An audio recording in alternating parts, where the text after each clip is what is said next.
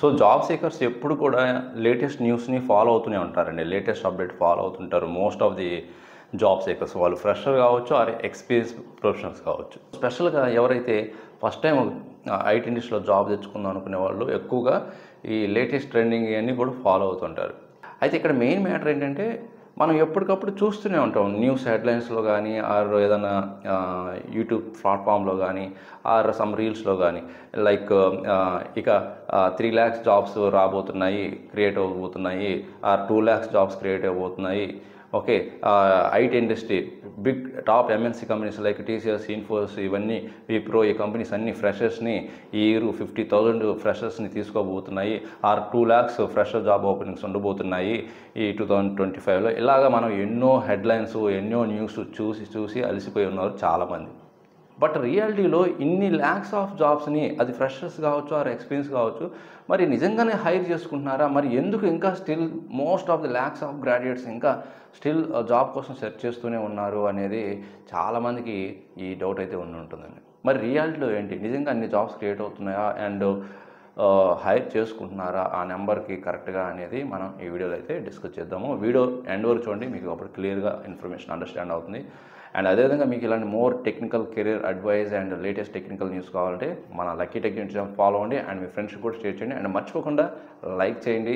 And అదేవిధంగా నిజంగానే lakhs of jobs create అయ్యి అందరికి జాబ్స్ వస్తున్నాయా రాలేదో, లేకపోతే ఓన్లీ ఏదో గవర్నమెంట్ కానీ ఆర్ ప్రైవేట్ ఇండస్ట్రీస్ కానీ ఏదో మార్కెటింగ్ పర్పస్కి అలాగా జాబ్స్ ఉన్నాయి, ఎన్ని క్రియేట్ అవుతున్నాయని చెప్తున్నారా అనేది కామెంట్ రూపంలో అయితే తెలియచేయండి. ఓకే, ఇంకా మనం మెయిన్ విషయానికి వస్తే, సో మనం అనౌన్స్మెంట్స్ చూస్తూనే ఉంటాం ల్యాక్స్ ఆఫ్ జాబ్స్ క్రియేట్స్ అవుతున్నాయని. మరి ఎందుకు అందరికీ రీచ్ కావట్లేదు, ఎందుకు అందరికీ జాబ్స్ రావట్లేదు, ఇంకా చాలామంది గ్రాడ్యుయేట్స్ కానీ ఆర్ ఎక్స్పీరియన్స్ ప్రొఫెషనల్ కానీ ఇంకా స్టిల్ జాబ్ సెర్చ్లో ఉన్నారంటే, ఫస్ట్ది ఏంటంటే ఫ్రెషర్ విషయానికి వస్తే, ఇప్పుడు ఏవైతే కంపెనీస్ అనౌన్స్ చేస్తున్నాయో మాకు 50,000 ఉన్నాయి, 70,000 ఫ్రెషర్స్ కానీ అని అనౌన్స్ చేస్తున్నాయో, ఇక్కడ ఆల్రెడీ లాస్ట్ 3 years నుండి ల్యాక్స్ ఆఫ్ గ్రాడ్యుయేట్స్ వెయిటింగ్ లిస్ట్లో ఉన్నారండి.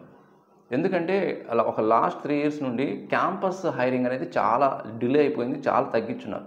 అండ్ మోర్ ఎవర్ ఏంటంటే క్యాంపస్ ప్లేస్మెంట్లో హైర్ చేసుకున్న ఫ్రెషర్ గ్రాడ్యుయేట్స్ని కూడా రీవర్క్ చేశారు ఆఫర్ లెటర్స్ అన్నీ కూడా.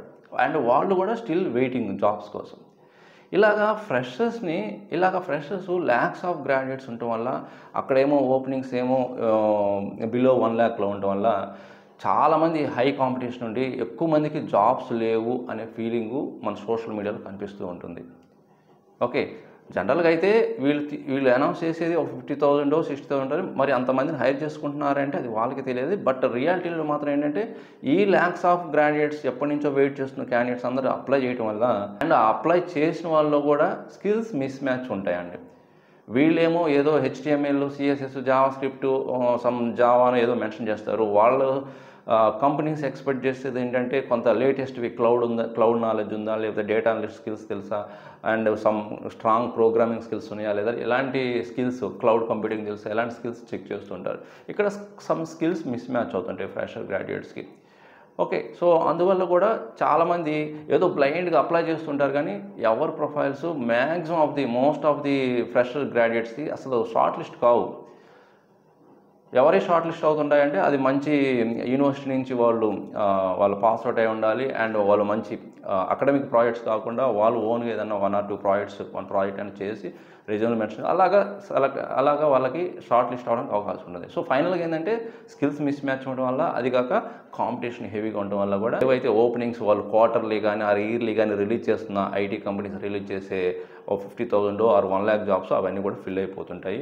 మిగతా ఎవరైతే ఉంటారో 8 lakhs or 7 lakhs గ్రాడ్యుయేట్స్ అలాగనే వాళ్ళు స్టిల్ జాబ్ కోసం సెర్చ్ చేస్తూ ఉంటారు. సెకండ్ రీజన్ ఏంటంటే, గత కొన్ని ఇయర్స్ నుండి ఫ్రెషర్స్ కంటే కూడా ఎక్స్పీరియన్స్ వాళ్ళని ఎక్కువగా కంపెనీస్ హైర్ చేసుకుంటున్నాయి. అదేంటంటే ఫ్రెషర్స్ని హైర్ చేసుకుంటే వాళ్ళకి మళ్ళీ ట్రైన్ చేయాలి, వాళ్ళకి ఒక టైం పడుతుంది, అండ్ వాళ్ళని డైరెక్ట్గా ప్రాజెక్ట్లోకి మ్యాప్ చేయలేము, ఇలాంటివి మళ్ళీ ఎందుకు మనకి హెడేక్, టైం వేస్ట్, బర్డెన్ అనుకొని డైరెక్ట్గా ఎక్స్పీరియన్స్ ప్రొఫైల్స్ వాళ్ళు ప్రిఫర్ చేస్తున్నారు. మినిమం 2 years నుంచి అయితే స్టార్ట్ అవుతున్నాయి మన ఇండియన్ ఐటీ ఇండస్ట్రీలో హైరింగ్ అయితే మాత్రం. సో అందువల్ల ఫ్రెషర్స్కి ఇంకా జాబ్స్ తక్కువైపోయాయి. సో ఓన్లీ కంపెనీస్ ఎక్స్పెక్ట్ చేసింది ఏంటంటే ఎక్స్పీరియన్స్ ప్రొఫెషనల్స్. మరి ఫ్రెషర్స్ అడుగుతూ ఉంటారు, మీరు అవకాశం ఇస్తేనే కదా మాకు జాబ్ వచ్చేది, అప్పుడే మాకు ఎక్స్పీరియన్స్ వస్తుంది కదా అని అంటుంటారు.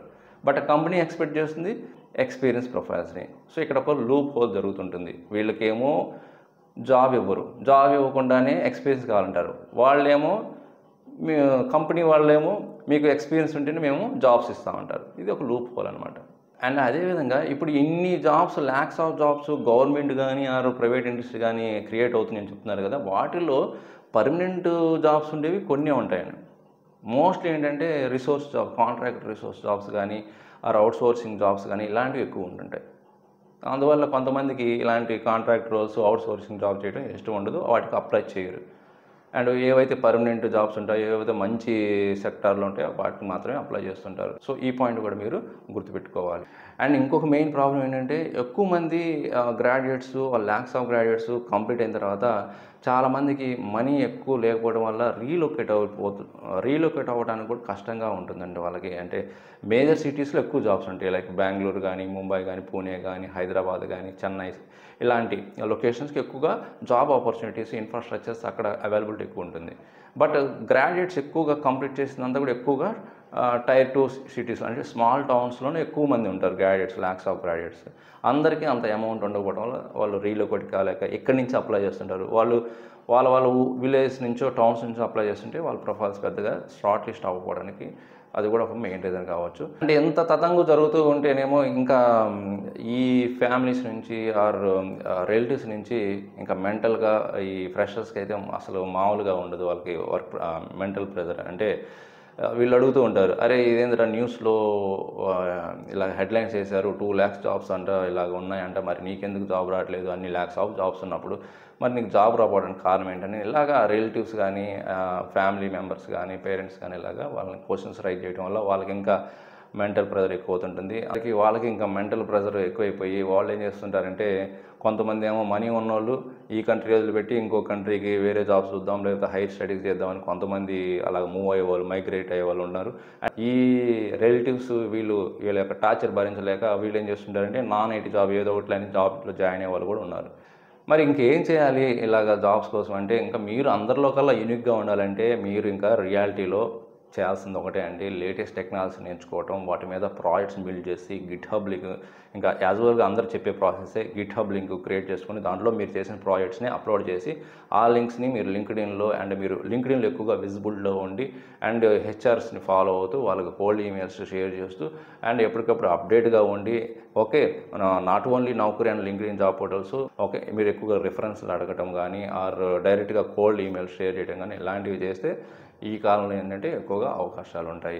సో ఫైనల్ చెప్పాలంటే ఏవైతే బిగ్ అనౌన్స్మెంట్ చేస్తుంటారో కొన్ని జాబ్స్ అయితే ఉంటున్నాయి, బట్ వాటికి తగ్గ రైట్ స్కిల్స్ మీకు మ్యాచ్ అవ్వాలి, అప్పుడే మీకు జాబ్ రావడానికి అవకాశం ఉంటుంది.